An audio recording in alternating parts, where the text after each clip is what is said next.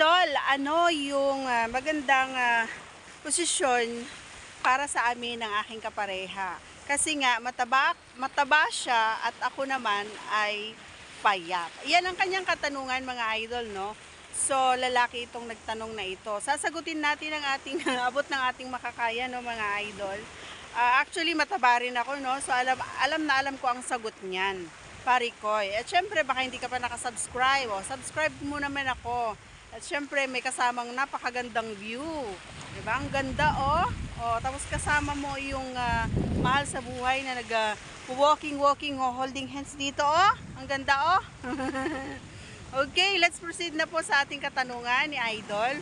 So, actually, kadalasan na talagang ine-enjoy ng aking kapareha. Kasi nga mataba din ako, no? So, ang ine-enjoy niya ay yung aw-aw position. Ayan. So, yung WOD 2. Kasi kapag mataba ka, tapos nakahiga siya, nagbabounce baga yung yung tiyan. Oo, magbabounce yung tiyan. At saka mahihirapan ka na ma-feel. Nahihirapan yung babae na ma-feel yung junjun na alam mo yon. Basta para sa akin, mas ine-enjoy ko kapag yung WOD 2, yung aw-aw na position. Masarap yun sa mga chubby. At ramdam nila yung pagpasok at paglabas ni Junjun doon sa pukels. Oo, masarap yun.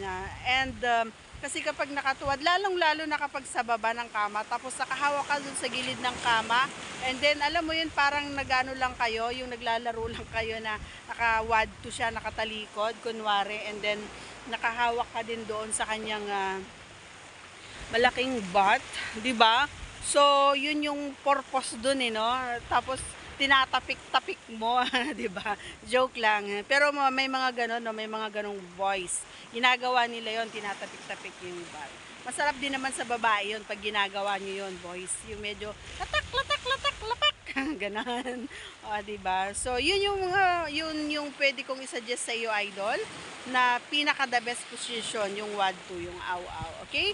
Sana meron kang natutunan at nagustuhan mo ang aking kasagutan. Paki-share, yan, like and subscribe. Thanks for watching. Bye!